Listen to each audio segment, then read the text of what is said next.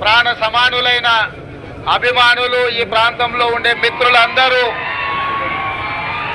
ఈరోజు వస్తున్నామని తెలవంగానే వేలాదిగా ఇక్కడికి వచ్చి స్వాగతం పలికి మీ అభిమానాన్ని చాటుకున్నందుకు మీకు అందరికీ మనస్ఫూర్తిగా ధన్యవాదాలు. మిత్రులారా, స్థానిక శాసనసభ్యులు చెప్పినట్టు ఆనాడు కొడంగల్ శాసనసభ నియోజకవర్గంలో ఎన్నికల్లో కొంత చేదు అనుభవం ఎదురైనా 3 నెలలు తిరిగే లోపు మళ్ళీ మల్కాజ్గిరి పార్లమెంటు నియోజకవర్గం నుంచి ఎన్నికల బరిలో దిగుతే మీరందరూ ఆదరించి అభిమానించి ఈ ఒక్క ఎల్బీనగర్ శాసనసభ నియోజకవర్గం నుంచి దాదాపుగా 30,000 మెజార్టీ ఇవ్వడంతో ఆనాడు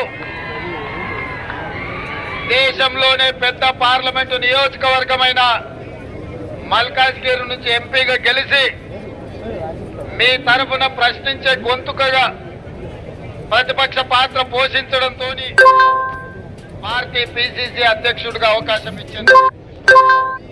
మీ అభిమానంతో మీరు అండగా నిలబడడంతో రాష్ట్ర నలుమూలల ప్రజా సమస్య మీద పోరాటం చేస్తే మీ అభిమానంతో మళ్ళీ ఈరోజు తెలంగాణ రాష్ట్రానికి ముఖ్యమంత్రినై బైరామాల్గూడ ఫ్లైఓవర్ ప్రారంభోత్సవానికి మీ దగ్గరకు వచ్చిన, ఎప్పుడు ఎల్బీ నగర్కు వచ్చినా గుండె వేగం పెరుగుతుంది. ఎందుకంటే ఇక్కడ మొత్తం మా బంధువులు, మాకు కావాల్సిన వాళ్ళు, మాకు సన్నిహితులు కష్టాలలో అండగా నిలబడ్డ మీరందరూ ఇక్కడ ఉంటారు. ఏ అవసరం వచ్చినా ఏ రైతులైనా అండగా నిలబడతారు. మిమ్మల్ని చూస్తే ఆనందంతో గుండె వేగంగా కొట్టుకుంటుంది.